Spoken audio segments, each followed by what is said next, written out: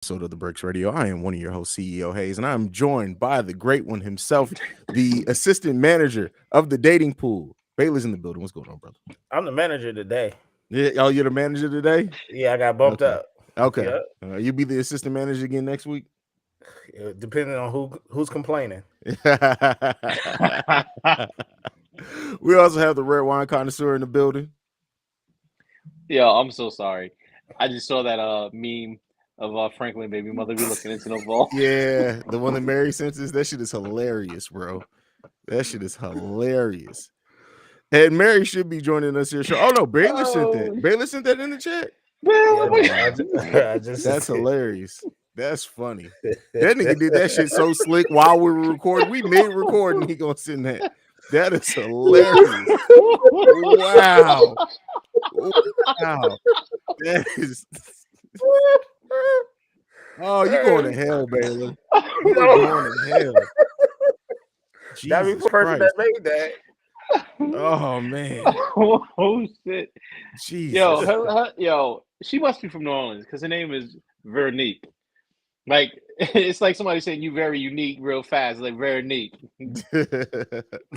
Oh man, we got some topics to get into this week, man. We got some delusional rappers, which we're gonna get into first. The Game says that he's a better rapper than Eminem and Marquis. This is literally why I'm like, is Marquis back this week? Because I refuse to do this topic if you weren't gonna be on the show.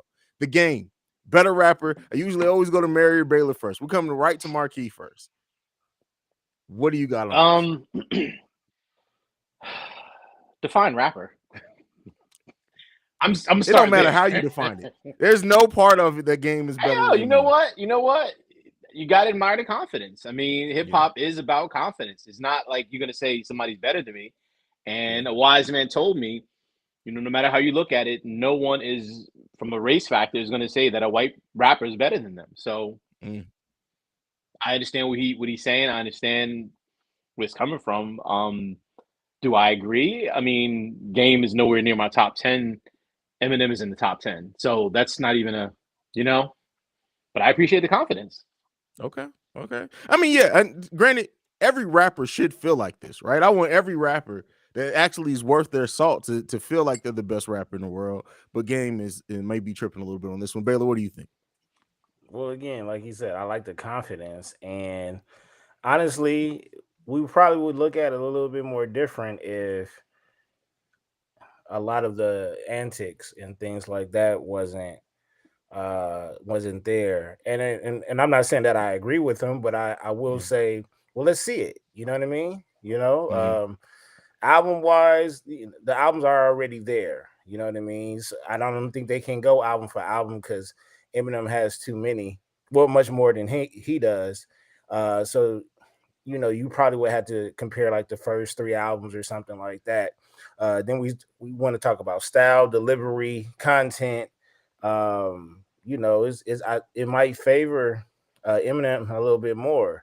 But if y'all wanted to get into a little mini versus, let's see it, prove it. So you know what, Bailey, you just brought something. Let's take a look. Let's take a layers. If you took 20 of Game's best song, 20 of M's best song, and the verses, it would be really awkward. I think Haize, you brought this up before.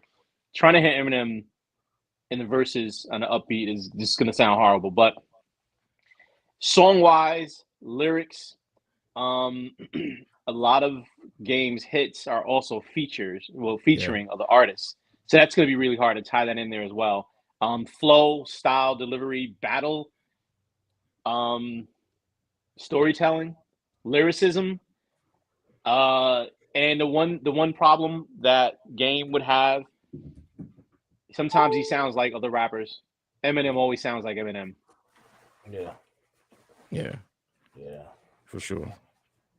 One thing that I can't give both of them is that, I mean, besides Game sounding like another rapper, at least I appreciate when both the rappers can mimic somebody else's flow.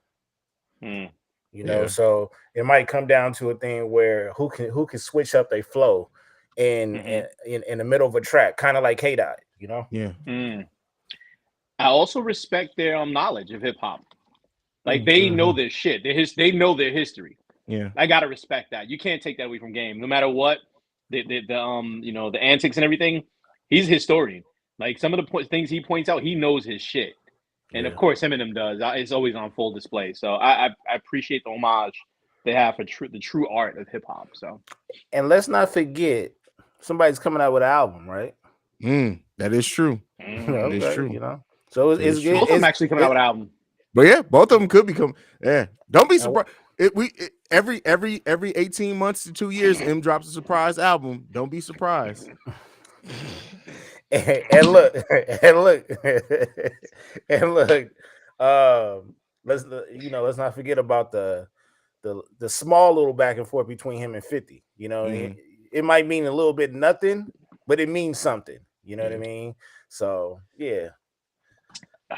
I gotta say one thing though. The album is called Drillmatic. Is that the name of the album? It's Drillmatic. Really? Drillmatic. Yeah, I'm highly disappointed in that name. Exactly. Highly disappointed in that name. It not even. Wow. Okay. All right. Well, hey, you got to sell those albums, player. All right, moving on. On what? STEM? Huh? On STEM? Go ahead.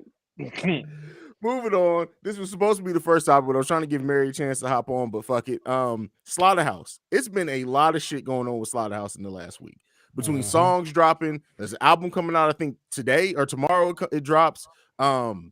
Between that and like these interviews, these lives, it's been crazy. Baylor, I'm coming to you first on this. What do you make of all this inner turmoil going on with Slaughterhouse? Now, some people have said they're diss songs. There's no straight up diss songs. I listened to the 2 tracks that Joel and Crooked Eye dropped, and they're not diss tracks. They're them speaking on what they feel happened with a specific situation, but they're not diss tracks. You know, people love to serve drama. What do you make of all this, Baylor? Well, I didn't get to hear the tracks, but I did get to see everybody go live, and I heard, I heard Button's podcast as well. So it just seems like there's a 2 versus 2 right now. Everybody made sense, but who is right? And nobody got anywhere.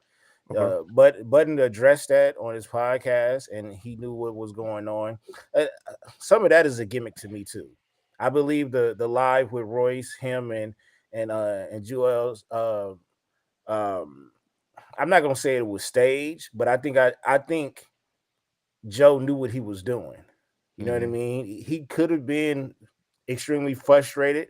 You know what I mean? But he played it out, because how do you come the content that you gave us on your podcast versus what you was doing on live is 2 totally different people. Yeah. You know what I mean? So I feel like he drug it on. But I'm not taking nobody's side. It from the outside looking in, it just seems like 2 people wants to keep it rolling. Yeah. Joel, he had a point. Like Button has said on numerous, he's retired, and Roy said if Buttons is not in, then I'm not in. The other 2 was like, all right, well, we're gonna go on. But Button said no. I never agreed to the deal, but I never said no. So it's just y'all at this point, it's just games. Like y'all could just literally, and he admitted it, like, yo, we should have just taken care of this offline anyway. But why was y'all on there in the first damn place? Yeah, I mean, it seems like it's one of those. You said it. Roy said he didn't want to do it without Joe. And Joe, it seems like Joel and Crooked Eye took the idea. Well, Joe said he's retired, but nobody stopped to wait for Joe's answer. Now, we know Joe's dramatic. Joe wants the story to be about him, so he could have very well delayed just saying no or yes, because that's just who Joe Budden the fuck is. But it really does seem like something that should have been handled between their friendship more so than it be exposed for us. Marquis? If there's an album come out, this is the only promotion that we're gonna get. That's 1. 2, Royce, the 6 feet under. I don't want to hear that nigga talk until he responds to somebody else. 3, if Joe Budden actually starts rapping again, he lost my shit. First off, the nigga retired when he should have responded to M. Remy Ma called him out and said, yo, fuck all that. You need to respond to M. I'm retired. I don't talk about things. And now he gonna come out retirement? Nah, nigga. I'm sorry, bro. This is the era of bitch assness, bro. Yeah. You're supposed to reply to some shit. Yeah. And this nigga of all people calling people out, bro? Nah, man. I'm about to call Raekwon on him. This just seems like a mess, bro. Like that's all. Like it's this is messy as shit. And like you said, with Royce, we're still waiting on that Mickey Fax disc, right? We're still waiting on that. Like you, and now like shut up, Royce. That's all I can say. Royce, shut the fuck up. Like I don't want to hear no game. I don't want to hear Royce rap anymore. You need to retire too and just be a personality as well. Because after that Mickey shit, that motherfucker used your style to diss you, and you ain't come back at that, and you call yourself the GOAT. Now fuck all that. Fuck all that. Yeah. Yeah. And the only reason why I told him to leave the game alone because he gonna go there. He's itching to have, one of those publicity beefs, you know what I mean? Even if it ain't even that real, you know what I mean? But it's just leave that alone, man. I ain't gonna lie to you. If I was in the industry, and there's certain, no matter my hood, my gangster, whatever, there's certain niggas I just don't want to respond to. Game is one of them. Like I'm just not gonna respond to him. I would ignore Royce because again, I would just be like, all right, until you address this, you don't exist to me. Joe Budden's, I mean, you got too much turmoil as it is going on in your life, and respond to that shit. And they don't have to call it a slaughterhouse. If it's two of them, you should just do a dual album. That's it. Just call it, a joint album. You're gonna be a slaughterhouse. There's no slaughterhouse without the four. So again, this just seems like a publicity stunt. This is unnecessary banter for what? It's like grown men trying to be relevant again. And look, I respect all y'all, but right now I don't respect you. This is some shit that high schoolers do on IG and shit like that on Twitter. That's all it is to me. And you too motherfucking old for this. You're supposed to be legends in the game, and we're dealing with this shit. Yeah, it's fucking disrespectful of the game. Yeah, that's a fact. All right, well, moving on from that, let's get into the next topic. This one's a little bit more positive. Chris Rock and Kevin Hart announced a co-headlining comedy tour. First off, to go on tour now, like this is, I know we're still in the pandemic, but in a lot of places are lifting restrictions, so it's going to be interesting to see. But what Marquis, I'll come to you first on this one. What do you make of this comedy tour? Generations of comedy here. Yeah, it is. And it's, to me, it's almost like the MGK, Eminem thing. Mm-hmm. I would expect Chris Rock to have more content that's a little bit more intelligent, but I have a feeling that people are going to applaud Chris Rock more. I mean, Kevin Hart more, and kind of overshadow Chris Rock. I love it. I'm glad that it's needed, but I wonder if they're both going to be appreciated. That's all. I hope they are. And I hate to sound negative, but this is the stuff of this is legendary. I know we were supposed to get a Dave Chappelle, Chris Rock, and for whatever it didn't happen, but that didn't happen because of COVID. No, but it's still, no, they were supposed to do something on Netflix too. It was supposed to be a couple of things. All right. So it didn't happen. Mary's in the building. What up? Hi. What's going on, Mary? What's up? I'm happy for it. I hope it gets celebrated for what it is, as opposed to this is whack and he's not, and it's not received like it should be. You know what I mean? That's fair. That's all. That's fair. Mary, so we're on talking about Chris Rock and Kevin Hart going on a co-headlining comedy tour together. What do you think about these two legends linking up? Even though I don't really care for Kevin Hart, but nonetheless, go ahead. What do you think about it? Really? You don't care for Kevin Hart? Some of it. Let me say. I feel like he's hit or miss. I think that's what it is more so. Yeah. But I think Chris Rock and Kevin Hart put together is a show worth seeing. So I would go. Yeah. I'm excited for that, for them. Good for them. Baylor? I hate it. Oh, shit. Okay. I hate it because they ain't got no West Coast dates. That's why. Well played. Well played. I want to see that so bad. And I think those are two different demographics that's going to come together. I have Chris Rock on Dave Chappelle level. You know what I mean? So I think he probably doesn't get as much respect as Dave Chappelle, but it's there. It's there. So that's going to be a blended crowd. And I think it'll be well received. I'm here for it, but I won't be there for it. Why? Because they don't have no West Coast dates. Well, or you could just travel to one of our cities and we can all go together and you can actually, come out of the state of California to come see your people and we can all go. Hello? I fly my nigga out. Exactly. Oh, I no. feel like no. you're pointing that way and Hayes is up. Unless I think everybody's screen's different. I think everybody's screen's different. Yeah. No. Because Baylor's over to my right on mine. Baylor's up for me. Marquis here, and then you're on top of Marquis. Okay. That didn't sound right. But anyway. That was a good one. Those tickets though. You know what I mean? I think it's gonna be sold out. And I ain't gonna lie, the best seat is gonna be at home, when the special telling yourself to feel better. I would love to see both of them live, but right now they on the East Coast right now, and by the time they come to the West Coast, I'll probably have already seen it on Netflix. All right. Well, all right, Hayes, can you look that up on see what's closest to him so we can try to make something happen? So we can do a live stream or make a review or something like that right after the show. Matter of fact, we can get press passes. We'll try to get press passes. Oh, you get a press pass. I'm flying right out there. I'm sure Mary can get a press pass. Maybe. This is a podcast. This is press. So the dates are all East Coast. So it's only I got scared just now. I was like, wait. So July 23rd in Madison Square Garden. That's probably gonna sell out. Barclays is probably gonna sell out. That's July 25th. Where the hell is Homedale, New Jersey? Where is that? That's PNC Art Center. That's near you? Yeah, PNC Art Center. That's dope. So that's Sunday, July 24th. That won't be sold out. There's not a lot of black sold people. Out. All right, so pencil that one in. We'll talk about it after. We'll make that one. That'll happen. All right. You'd be surprised how many black people is here, actually. No. That's not what I mean. Not like New York, not like MSG and Barclays. You know what I mean? It won't be sold out like we can probably get tickets to that. Cool. Okay. All right. Well, moving on. I'm from Jersey, so we'll take the Jersey dude's word for it. That's why I went. Be calling me telling people, you know what? Yo, we're gonna talk about you should be proud. You should be proud. One thing that you did miss that I do want to get your input on is the slaughterhouse drama that's going on.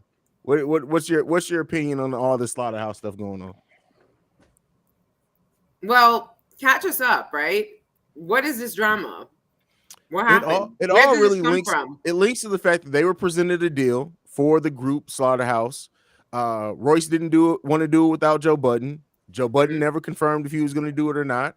It seemed like Ortiz and Crooked basically got tired of waiting, and they took the deal and basically went on just doing it, just those two, regardless of the group now. And they've spoken on it on a couple of tracks, which really got everything stirred up because, people like drama. They try to make it seem like they're diss tracks. They're really not. Like I said, I listened to the tracks. They're not diss tracks at all. But that's basically all that's been going on. I mean, listen, the names you just gave are all people who are in different places in their life and income levels right now. And I think some people were in a position where they didn't need to take that deal, and others were. And that's the way it is. All right. Moving right along. Pusha T dropped a new track. Nobody else wants to talk about it? We already talked about it. I just wanted to get your opinion. Oh, we talked about it in detail. Yeah. Okay. Pusha T dropped Hear Me Clearly. Did everybody get to listen to this track? Yeah. My excitement for this Pusha T album is going down and down every song he drops. And I hate saying it. I mean, it wasn't bad. I didn't think it was bad. It just wasn't. It was just mid, right? Right. It was just. It was mid. Yeah. That was it. I think the track he dropped before was, it was a little bit Diet better. Coke joint. Yeah. Yeah, Diet Coke joint was way better than this. This felt like filler. And the issue is that the last album Pusha dropped, because of the length of it, there was no filler. So a filler track from Pusha just right now seems like, hey man, what's this? What's going on here? Almost like he didn't drop it and somebody else did. And he was like, no, not that one. Exactly. He pushed upload on the wrong track. Yeah. Marquis, what you got, man? I'm you know what? It's like a tic-tac-toe. That song with Lauryn Hill. And then Diet Coke came. Oh, and then this shit came like so yeah. I'm about to push him down the steps. Sheesh. Damn, Marquis. Shit. You know what? You know why? So remember we had an episode and I was like, yo, I really need to push album. I really need to push album because a lot of shit we were hearing, I'm like, I really need to push album. I regret saying that. Thank you, Nas, for filling the void. Shay, thank you, Shay, like filling these voids and everything. But Push, like you were the last. Maybe you should go back to your Coke references and just forget everything you said about being conscious and go back unconscious. Honestly, me and Marquis talked yesterday, and I told him something about 2 tracks that I like that's near and dear to my heart. But I also realized, talking about Push, I know what I want from the older artists or the artists that I grew up listening to. I want feel good tracks from them. I don't need anthems. I don't need, shoot 'em up, bang bang. I need an Ultra Black. I need a Today Was a Good Day. I need Rare. I need Brunch on Sundays. I need that. That's what I'm on now. So I don't think from this point out, it's not about what are they going to talk about. It's what I want to hear. Got you. Does hip hop mature? Will hip hop grow up? That's the question. Yeah. It has to. It has to continually evolve. But yeah, I need better music. That's all I'm gonna say. I need better music. We heading into the spring. I need better music. What the hell happened to Mary? I don't know. You put me backstage. Let's move right along. We need Marquis, you got King's something Disease for 3. Black people? Oh, listen, bro. When that drops, we need to do a live listening party. Word. Yeah, because I just feel like that's just gonna be history in the making. If he hit us with that, and is just as good as the other 2, and he has a 3-peat at this point in his career, that's I'm done. I'm done. Man. If King's Disease 3 is as good as the first 2, I would have to really sit down and go back and listen to other 3-peats, but that almost has to go up there with one of the greatest 3-peats of all time, just because of the stage that he is in his career, the fact that he evolved as an artist that late in his career, and the fact of the turnaround time. That would be 3 damn near classic albums in less than 2 years. And the haters are gonna say is what do they call it, recency bias or something like that. But that's 3 in a row, bro. That's 3 in a row. That's an automatic Mount Rushmore spot. Did anybody pay attention? There's a few things here. The fact that he adapted to the new environment, kind of not dumbed down his flow, his style, whatever. He kind of made it more digestible, but still it's still he Nas. references it's still Nas at the same time. And the right producer, the right time, the relevancy. He's not trying to fit in something. He's basically who he is. The perfect people to add on, because he never did features, but now he had the right people on, from the new, and brought Lauryn Hill back. Like, I'm sorry, man. EPMD. Eminem, his first track with Eminem, and didn't get murdered on his own shit. You know what I mean? Like, yo. That's if this third, that's important. I swear to God. I see what you did right there too, man. That's crazy. I promise you, Jay-Z's gonna be on King's Disease 3. I promise you. Oh, I promise you, bro. You get another Nas Jay-Z track on King's Disease 3. Okay, Marquis. Then if you say that, are you also telling me that this might be his last project? No, it's not. Oh no, okay. He has another Lost Tapes coming out. Lost Tapes coming out. No, he probably has enough content for another 2 to 3 Lost Tapes. He know he does. He's not going to do another King's Disease. He's going to wrap this up. He's going to do other albums. This will be the last King's Disease out. There will be no more KD. There won't be a KD4. We're gonna have to come back to the table then with these albums. Okay. All right. Let's go. Let's move on. Marquis, you got something for Black People Like Rock too? What you got for us? Red Hot Chili Peppers has an album coming out April 1st. Nothing else to say there. Nothing else to say there. We'll review it because I'm actually excited about that. Yeah, Red Hot Chili Peppers is like it takes me back to my childhood in all the best ways. One of the greatest albums, and silently two of the greatest songs. I Would Die for You is a fucking phenomenal song. I forgot the album. It was the one after Californication. And Californication was a fucking amazing album. The problem with that album, it got so mainstream, people didn't appreciate it. But it was a really good, really well-written album. But it wasn't Blood, Sex, Sugar Magic. So, Red Hot Chili Peppers is one of the greatest bands ever. But, yes. All right. Anybody got anything to add to that? Give it away now. Well played. One thing that we didn't talk about, and Mark, you talked about it in the chat, but we never actually talked about it or after the movie came out. Studio 666, I watched it. It's actually pretty good. Really? Okay. It's actually pretty good. And from a dumb horror comedy movie standpoint, right? I'm not saying that it's the best thing or anything like that, but I'll say this: not once during that movie did I ever think, "Why am I watching this?" I thought you said dumb horror. Okay, it did sound like that. I ain't gonna like. I was like, what? It's my accent. What I don't enunciate all the time. So yeah. Hey, in my head, I was like, did he just say dumb? You know, Baylor, it's sad that you and I are both immature together. All right, let's move on. Would you compare it to like Freaky Friday? I would compare it to Demon Night. Okay. All right. Yeah. All right. Moving on. We got some TV shows to talk about. We got quite a few actually. First off, just to ask, I know I forgot to put it on the list. Snowfall. Is everybody caught up on Snowfall? I did not watch it yesterday's, but we would have recorded yesterday. Yeah, yesterday and blah blah. I got you.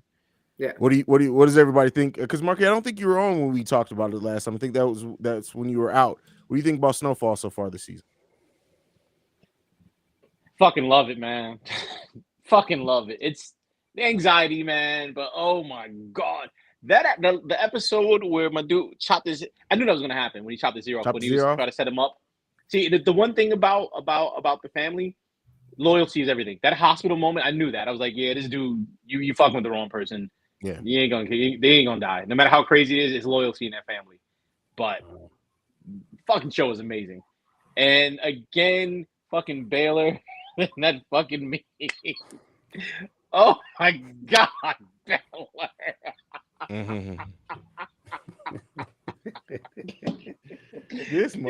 Listen, we talked about this last week, and I had to say what no one wanted to say. What's that? Oh my god, that old girl is. Oh, she ugly.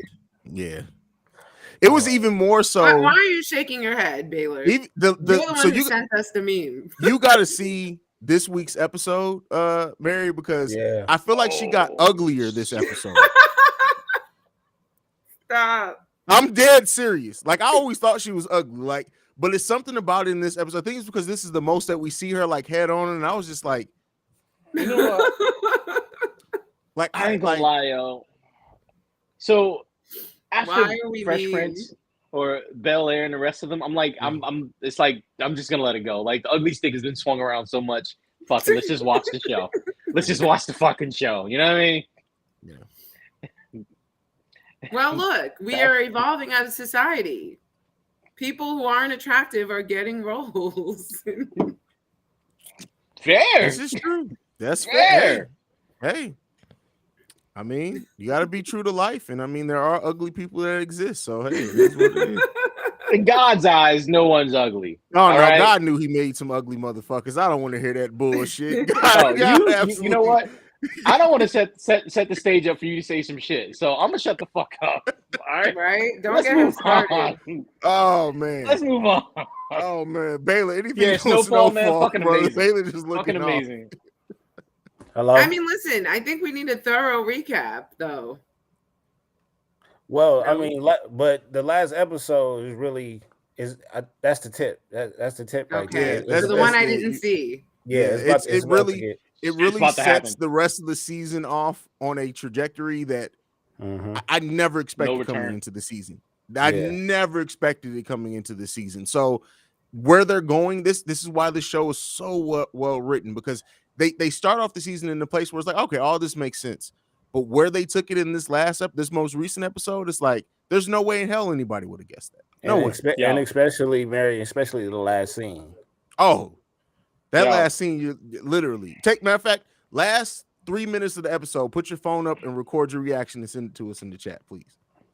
Remember that conversation we had about where the season is going after season 2, episode 2? Yeah. And I was like, I'm telling you, shit's gonna hit the fan. Shit is exactly what I thought. Like, it's hitting the fan. It gets addressed, and I knew it. There was no way in the world they're gonna let shit just ride. All I'm gonna say is it's going to be some serious bodies to drop at the end of this season, and not just the side characters. Has to be at least one major character that's gonna die at the end of the season. Body's about to hit the floor. Do you think Peaches is sick? Yeah. Peaches has some AIDS. Hold on, wait. Let Mary was sniffing. Like, it looked like he was a crackhead, like a cokehead. Go ahead. I can't take credit for this, but a fellow podcaster that is retired said, yo, this is around the time where the whole AIDS, HIV started to come up. Yo, is Peaches? We don't know. We don't know yet. We don't know. I mean, how do you think he got the name Peaches? That's what I'm saying. How many motherfuckers you know named Peaches? Especially in the 80s. Come on, brother. He got that. He got that. He got that. The monster. Yeah. COVID. Listen, this show is so great. Did you say COVID, Baylor? I want to kill you. Yeah, it ain't COVID. Hey, stop. Hey, Mary, he got that COVID. He got that COVID 89. COVID 89. Nigga. Move it on. Power Force. What do we think about the most recent episode of Power Force? Yo, shit is in the fan there too. Go ahead. You know what? Fuck, I'm doing it. Fuck, yo, they need to get this shit back on track. So, first off, why are they repeating themselves all the fucking time? First, he tells the girl, stay, you got to get out of here. You got to get out of town. This ain't your life. Next thing you know, all right, I'm staying, blah, blah, blah. 2 scenes later, you got to get out of here. You got to go. This ain't your life. I'm staying here. Then she's doing drugs. Then, last episode, fuck this. This is my world. My brother ain't knocking me out of here. I'm taking over. Blah, blah, blah. Next episode, same fucking conversation with his boy. This is getting redundant. Where are we going with this shit? His boy did die, though, so there's some movement on that. I don't give a fuck. Both. And the way he died, too, it was the weirdest shit. It looked like he got shot in the shoulder. Then it was this editing, bro. Whoever edited this shit, bro, they fucking up. Up. His brother was like a troll, too. I just want to point that out, but go ahead. In their defense, though, like, this is Tommy's first series, so there has to be some build up. There is some stuff that's starting to come together. We gotta think, like, I don't think Walter is going to make it to next season, right? He's sick. Vic lost his boy. Walter? That's the father. Oh, the father. Yeah. Walter Flynn. Okay. Vic, his son, and Vic, his boy died because of Tommy, and Gerard's boy died because of Tommy. Tommy is now emotionally attached to Liliana. You know what I mean? Where the fuck did that come from? But if you pay attention to his history, though, he likes broken women. Yeah, that's what it is. He does. Yeah, and so she's stuck. So now, me personally, the only person that we had, well, speaking for myself, an emotional attached to a character was just Tommy at the moment. Now it's kind of like Liliana a little bit. I've talked about this already. There's so many different ways they can go with this. Maybe he builds or attempts to build an empire with Claudia after is gone, after her father is gone. But we also have, like I said, Vic lost his boy, Gerard lost his boy. Neither one likes Tommy. You know, so we got to pay attention to that storyline. The thing is, though, I don't think Vic dislikes Tommy. I think he's annoyed by Tommy, but I think there's there's some respect there. But he just lost his boy though. Prior to that, I fucking his girl. But the girl thing. And can I just say we're keeping in theme with like the ugly people getting roles and shows here. Like, anyway, they did. You know who's also ugly? And I'm sorry, but the daughter, the Flynn daughter, she's not attractive at all. She literally she looks like who's the people in the Grinch? Who's the Who's? Oh, wow. That's who she looks. She looks like a Who. I'm sorry, but go ahead, continue. They are on fire. I like your bed thing. That's dope. Your pillow, that's nice. Oh man, keep going. Come on. Oh yeah, Mary, didn't you say we got the same hairboard? Yeah. Yeah.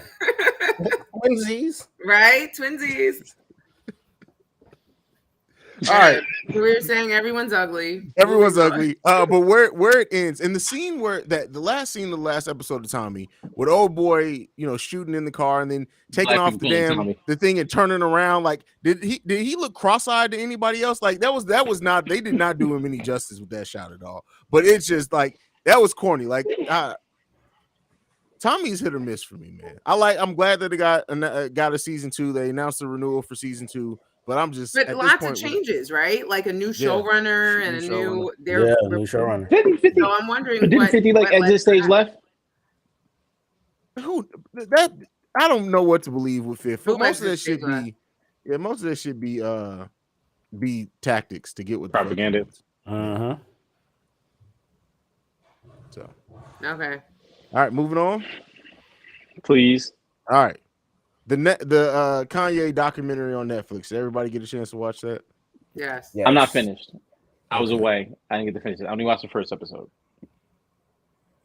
They should have titled this "The Fall of Kanye West" because listen, I get people are getting nostalgic over old Kanye, and it's great to see some of the behind the scenes footage of things and things that we saw in videos and some of the interactions between him and Mos Def. But all I could think of watching this is, damn, we're so far gone from this.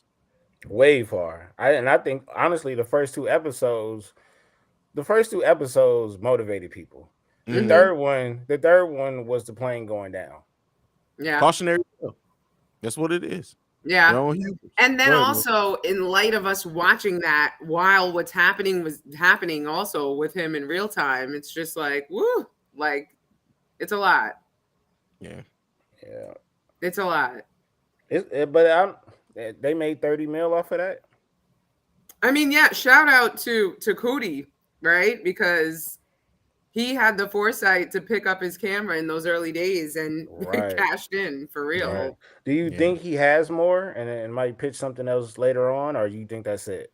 I'm sure he has more, and probably not just Kanye. I think he has more of a lot of people. I mean, think about it. He was a fly on the wall. But he actually did a documentary on Marbury that I had seen at the premiere. That shit was dope. Yeah. Speaking of Kid from Coney Island, that was him. That was him. Yeah, that was him. Yeah, that was good. That was good. I know this isn't of the culture, but did anybody see the Val Kilmer documentary that's like this? Yo, no. You told us about that. I started it. It's fucked up from. Bro, it's lit. I gotta sit down. No hyperbole. I'm looking in the camera. How serious I am. It's probably the most powerful documentary I've seen in 10 years. It's crazy. What is that on?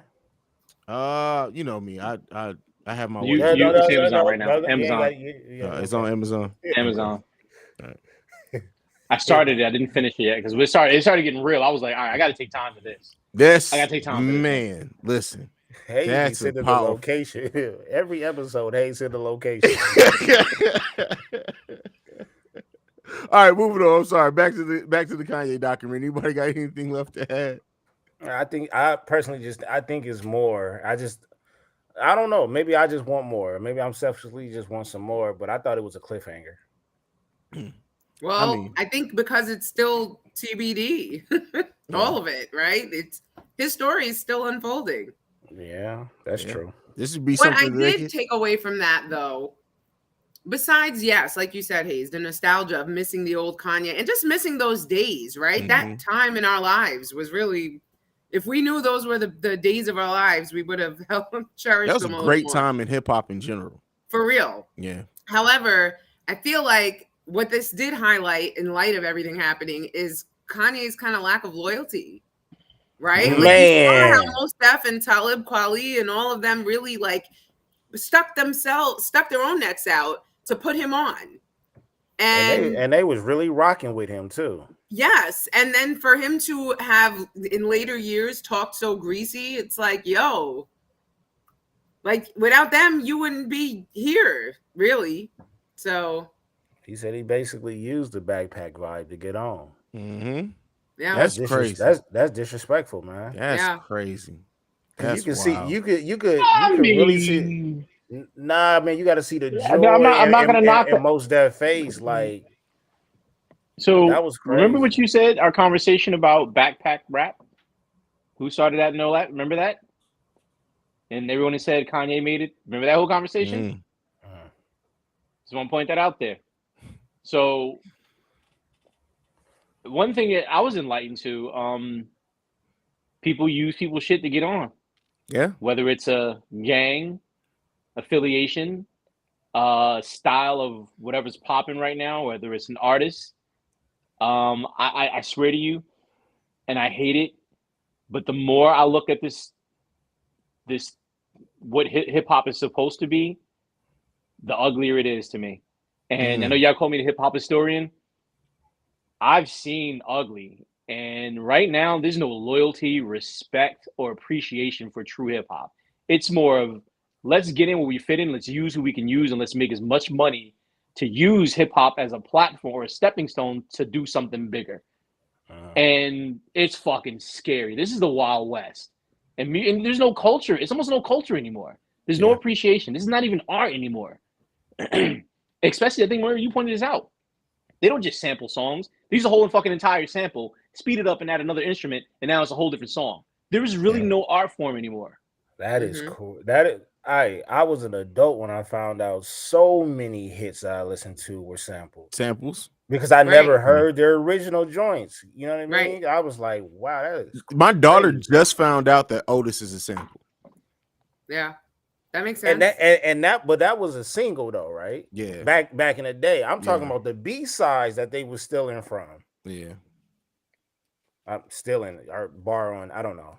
Right. But I feel like back in our day, sounding like somebody's grandmama, but the sampling was an art in and of itself, right? Like now it literally is just like, let's just run that whole song and just add a hook and have somebody spit over it and not really alter it in that way. Like like people like RZA, even Kanye, like let's give him, he was a very talented producer, right? Diddy's team as well. Like they would take a sound from a song, just like one little like bar or, you know, and then turn the whole shit into a whole other song. It was different. There was way more artistry behind it.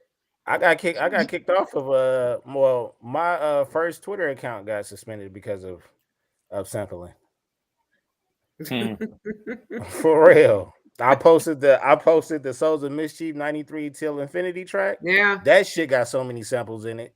It does. So yes. Yeah. And yeah.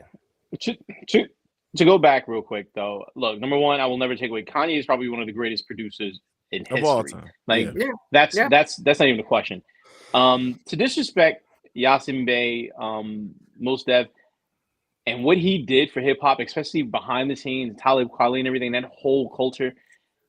Seriously, man, like, and even Lupe Fiasco, like, I know he started off and he was kind of that part of that, and Lupe kind of disrespected the backpack culture too, but the whole Tribe Called Quest vibe and everything. But for Kanye to just dismiss them, like all the stuff that you were complaining about trying to get on and nobody appreciated you and didn't recognize you, and then you get there and then you stomping on niggas. How do we respect this? Again, what did Jay say? You respect the shooter, you respect the nigga getting shot. Like, come on, who y'all respecting? Y'all paying homage to a nigga who is just stepping on nigga, getting this nigga skeet jumped and shit. You know what I'm saying? Like, salute to who? Like, for real, like, who are we respecting right now? We respecting this motherfucker who has respect for no one. Skeet wasn't jumped though. My point is, let's not put that out there.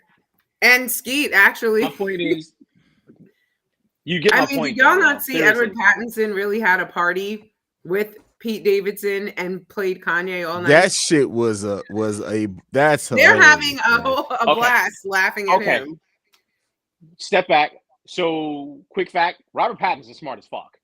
Dude, look this motherfucker up. Read his motherfucker. The motherfucker is smart as fuck. There is some. I know I didn't like him for Twilight and all that stuff like that, but I watched some of the stuff that he did, some of the things he shows, some of his interviews. He's actually pretty fucking smart, and that was genius. I'll step back out. All right. Anything left from the Kanye documentary before we move on to the last topic? Mos, I want that album, Mos. I need that album, Yasin. We need that. Yeah. Not the Black Star one. I'll get that later, but I want that Yasin Bey album that everybody heard that I didn't hear. So, go ahead. All right. I'm just very sad that we're not going to talk about the Batman. You need to catch up, Marquis. I'm holding it. Is that part of the? We're gonna. Yeah, we're gonna talk about that. Okay. I do want to say, since before we get off, motherfuckers need to listen to KRS-One's album. Yeah. There's 5 songs on it. I was like, shit. Okay. Okay. But go ahead. Fair enough. Last topic for the day. Due to the were you about to say something, Mary? I said homework. Oh yeah. Last topic for the day. Due to the game and everything, I wanted to present this question: which Dr. Dre protege has had the best overall career? And I don't just mean music wise; I mean business wise, side ventures, everything. Who are you holding up as the Dr. Dre protege that's had the best career? West Coast. I'm gonna come to you first, Baylor. It was Eminem. Eminem. Yeah, by far a landslide. Okay. I think everybody. It's a landslide. I don't think nobody catching him. I got a challenge though. I got a real quick challenge. Okay. And you can't say 50. You can. That's why I said overall career, even outside of hip hop. You absolutely can say 50. Look at the success he's having right now, right? I'd say 50 for career outside of hip hop, but M for music. Okay. I said Eminem because I say Eminem because he's going to turn into a myth sooner or later, and that's going to be huge. This goes back to that legendary conversation we had earlier. When he dies, we'll see. But so Eminem has the most certified albums in history right now. He's already reached that peak. So that puts him on another level. What 50's doing with Power, depending on where he goes with it, we won't know. So that's puts him on another level though too. Yeah, I think that who else has done, and I think I'm supporting your point, but who else has done what 50 is doing, right? But who else has done what Eminem is right? Well, for music, yes, but I'm saying for switching from being an artist to a TV mogul, executive producer. I like what 50 did because none of us have seen anybody else do it as far as in our culture, our black culture. Yeah. But our culture also turned Eminem into Michael Myers. Will Smith. Like he is one of you don't want to pick at him. You know what I mean? Yeah. Like we turned him into that white ghost. You know what I mean? Like some people actually have him. I ain't gonna say some. I don't want to be disrespectful. A lot of people got him in his top in their top 5. Mm-hmm. Nowhere outside of that top 10. Listen, here's the thing: the youngins wouldn't. You'd have to have been outside when M really came on the scene to understand how different he was, right? Like it was something different that he brought to the culture. He did. He did what he did early and still had a song with Elton John. Save? No. I don't think hip hop needed saving at that point, honestly. I personally don't. I don't.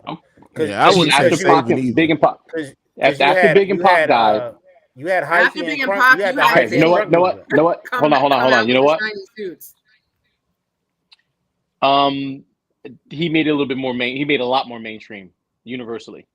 right? Eminem. M reached global status. He was the first to go diamond. The first what to go diamond? The first hip hop artist to go diamond. Really? Are we sure about that? M was the first hip hop artist to go diamond. Ah, I want to say I knew that too. that sounds about right though. No, it was MC Hammer. That sounds MC Hammer didn't true. sell 10 million records. MC His Hammer was parachute- the He first sold- rapper to have a eventually he sold diamond 10 million. album. MC Hammer You look- parachute MC pants went Hammer was the diamond. first rapper to have a diamond album. Yeah. And his parachute pants. In the U.S. Okay. Yeah, there are only 7 albums that have gone hip hop albums that have gone diamond. Yeah. MC Hammer, Hammer Don't Hurt Me, All Eyes on Me, Life After Death, All The Eyes- Miseducation of Uh-huh. Lauryn Hill, The Marshall Mathers LP, Country Grammar, The Eminem Show, and Speaker Box Love Below. So M is the first to have Country two. Grammar? Grammar. That's what. Country I know. Grammar? I know. But not for nothing. If you think about Nelly's reach, Yeah, he definitely Yeah. like he had a very diverse and Yo, broad. I'm only audience. laughing because I bought that shit too. Right. I'm I did too. yeah, I did. I did I not. ain't gonna lie. I did not. It's just when you started that list. On Listen, I was in high I'm school, like, so that was like that So was the yeah, thing. unfortunately, Marquis, yeah, there were actually 4 artists that went diamond before him? Yeah. Yeah. No. Let's step back. When did they go diamond? They didn't get certified diamond until after. Lauryn Hill just went diamond. Oh, okay. This- well, yeah, no, I no, don't no. have the dates. No, I no, don't no. have the dates Okay. of when they went diamond. We got it. Yeah, But I take mean, that back. MC Hammer definitely would have went diamond before Eminem though. Yeah, That album came okay. out in 1990. But was that considered hip hop though? Yes. it was hip hop. It was hip hop. Definitely, and especially for that time, there really was a distinction then. I said Okay, hip hop. so let me the hip hop. Very good. Let's step back. I don't know. I to me they're right here, right now. They can flop to switch to me. Well, I'm surprised 50's first album to go diamond. but if we want to be honest, we know where majority of those sales came from for Eminem. Yeah, grungy white kids who hated their mama. Yeah, and they watched DC. So Nobody's watching DC back then, bro. DC didn't have shit back then. I was watching the Batman cartoon. I mean, Hey, that was cultural. No, the first Batman came out different. Okay, never mind. Yeah. All right. Anything left on that one before we go for the night? What did you say? What did you say? Oh, I'm gonna say Eminem all day. Just because I feel like it transcends. Even though he hasn't done much outside of music, Eminem transcends music, right? So, but I can't argue with anybody who would say 50 as well. I can't argue with either one. Yeah. Mm-hmm. I can't argue with it. See, again, and I think Baylor brought up something like there is no one who said, "Yeah, I'm going to respond to that." You know what I mean? Like, if M picked the fight with you, just consider that a loss. There's not too many people that was. I'm looking at it like I understand the accomplishments, the trophies and shit like that, and I get that. And Eminem probably still has more than 50. But if 50 walked through the door, the demographic is going to be different demographics that look at him in a different type of way. When Eminem walked through the door, it's going to be silence. He's here. That white ghost. Fair. That's fair. That's fair. I mean, but that being said, I say that anytime a white person walks in the door because I just want to smack them all. So that's not. Oh my god! Oh my god! Haize, bro, like yo, smack your dad. What edibles are you? Oh, all the motherfucking time. Like I wouldn't do it, but he might smack you back because that motherfucker, like he might smack you the fuck back. Oh, yo, tell you to get your black ass in the house. Haize. He made oh shit! We're gonna have an intervention, bro. I told you guys the story of the time my dad tased me as a kid, right? Yeah, you did. Yeah. So he probably was shooting. If I smacked him you now, were probably acting up. I was sneaking back in the house. Hey, when the last time you had some graham crackers? Fuck you. How about that? Fuck you, motherfucker. They're not allowed in my house. I have trauma. All you're doing is activating my trauma. How dare you, motherfucker? I thought, see, it be your own people. That's the definition of it be your own people. Well, we go ahead. Congratulations. What I do? I didn't get to congratulate you on the Bulls job. Oh yeah, shout out live. Shout out, sir. Thank you. I appreciate that. Representation is there. Thank you, sir. And we I see have who you took over for. The only all black hosted show on the Locked On Network. Wow. That boy good. Black We saw who history. you took over Black for. future. Yeah. Black future. Black present. Black future. All right, Barry, go ahead and give me your social media. Any parting words? Let's get up out of here before I say something else that's going to get me canceled. Please. Yeah, that's not. And you can't do that now.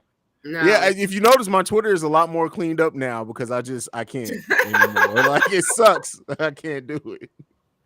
Well, I'm at Miss Mary Almonte on all social platforms. Also follow Young Urban Moms because some shit is gonna come soon, I promise. And you should follow at Rock the Bells. And in continuation of our conversation about samples, we have a new show dropping, season 2 of one of the favorites among our audience. Salute the Sample is dropping tomorrow. So y'all should check that out if you really want to dissect some dope samples that you probably didn't know about. All right, Baylor. Hey, man, shout out to the opening verse for Triumph, the Da Vinci Code. You can find me at Baylorism on TikTok and Twitter. And that's it. God damn it. Go ahead, My Marquis. presence is a presence. Kiss my ass. Shout out to Baylor. You are the funniest nigga I know. Thank you for the education on the West Coast. For all y'all who have questions about what really go on in California and LA, please see my man Baylor. Like, for real, he filled in so many gaps for me that I couldn't call Cube on because he wanted to vote for Trump. Did he though? Stay great. I don't know, but he wanted the platinum package. Right. He was trying to get his thing pushed through, but we kind of need that platinum package right now because of our. I'm gas saying prices. I wouldn't be so mad on the platinum package. But anyway, you you can follow can't be me spreading misinformation like that. Exactly. Come on now, Marquis. You can follow me at CEO Haize. You can follow check out that KRS-One album. At the B.R.E.A.K.S Radio. You can send us any feedback, questions, comments, concerns, the B.R.E.A.K.S Radio gmail.com. We are the #1 podcast for the culture. And this week, we out. Peace.